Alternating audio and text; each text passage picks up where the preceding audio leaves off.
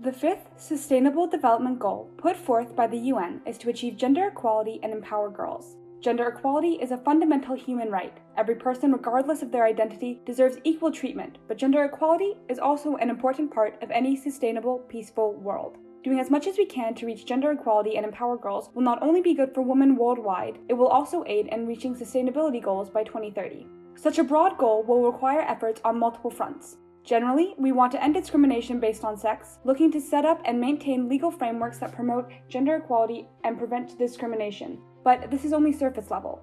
A huge part of the fight for gender equality will be to eliminate all forms of violence against women, to include sexual and psychological violence inflicted by either strangers or romantic partners. With the crackdown on harmful practices like child marriage and genital mutilation, young girls worldwide will hopefully soon be able to grow up unburdened by these unfortunate circumstances. Increasing the accessibility of healthcare for women, particularly for sexual and reproductive care, will be a vital component of gender equality. All women that want it should have access to contraception and be educated on their own reproductive rights. Another important tenet of ensuring gender equality is recognizing the value that is added by the unpaid domestic care that is typically undertaken by women, and putting in place adequate social protection systems and encouraging the sharing of household responsibilities. All of these previous targets must be met or worked towards if we can hope for women to fully be able to participate on equal footing in economic, political, and other public domains.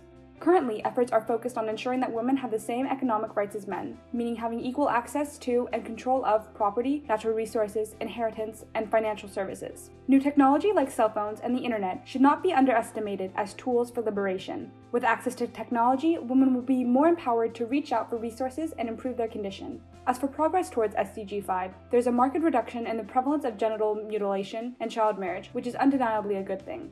However, for many of the other targets, progress lags behind where it should be.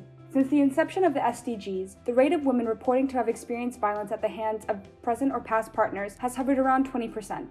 Around 43% of women in the 51 countries surveyed still do not have full control over their sexual relations, the use of contraceptives, nor do they have access to healthcare services.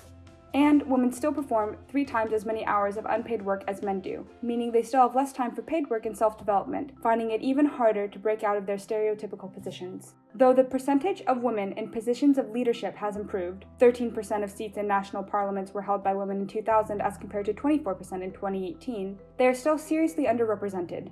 Likewise, the percentage of women in managerial positions was around 27% in 2018, even though women make up 39% of the workforce. Based on data from 53 countries, some governments continue to have legal gaps on women's issues.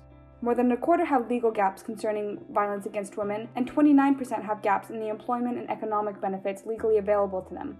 Despite these numbers, however, the quest for gender equality still has a hope to be realized by 2030. It is paramount for everyone to remember that all the SDGs are not reached solely through wide-scale governmental and business efforts, but that individuals also have a part to play.